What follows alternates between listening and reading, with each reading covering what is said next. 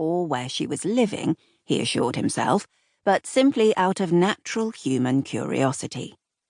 Although there was nothing particularly natural about the predicament he had got himself into just over 2 years earlier, he conceded sardonically, his lean, darkly handsome face tense with scornful recollection.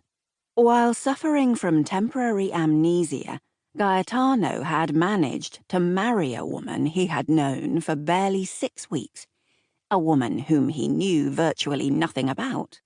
Gaetano, prior to that act of inexplicable insanity, had been a playboy prince, notorious for his affairs and dislike of stuffy conventions such as getting married and maintaining a royally respectable low profile.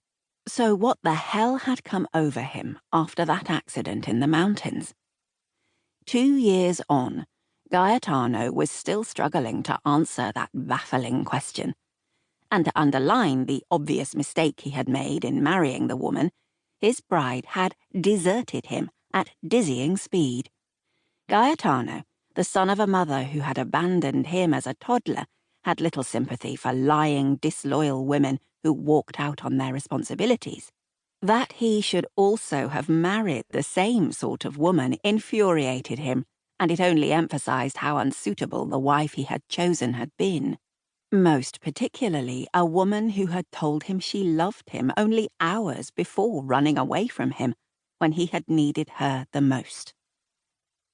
Mosvacia was a small country on the Adriatic coast, which had been in meltdown for the first year of Gaetano's return home. Vittorio had had leukemia, but instead of the long, slow decline he had envisaged, Gaetano's older brother had died very suddenly from a heart attack. There had been no time for the careful training and transfer of power that Vittorio had planned for his little brother.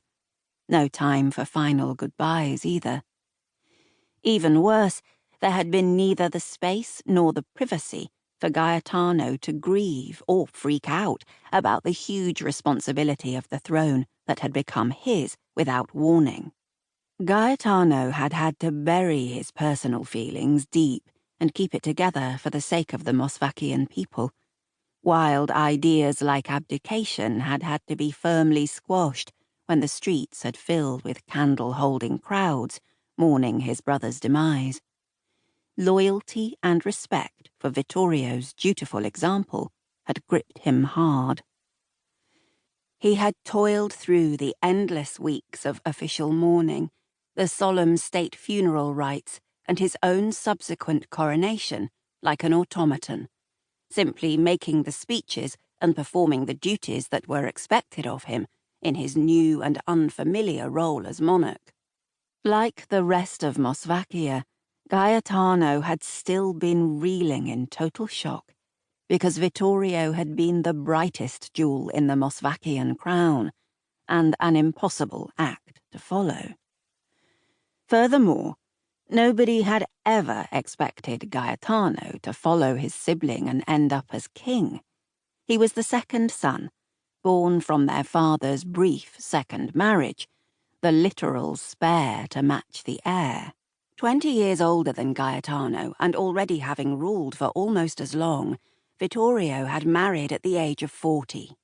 Everyone had assumed that an heir would arrive quickly after his marriage to Julia, only sadly, that long-awaited event hadn't happened, and then poor Vittorio had fallen ill.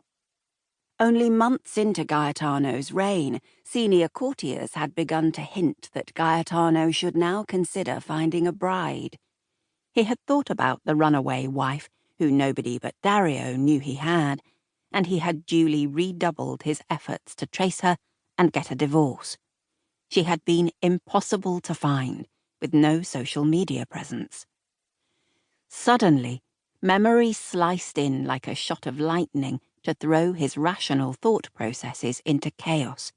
He remembered a tiny woman with a mass of strawberry blonde hair and huge aquamarine eyes that dominated her delicate freckled face. A woman standing in front of a Christmas tree, covered with multicolored lights. She was smiling, always smiling at him as though he lit up her world.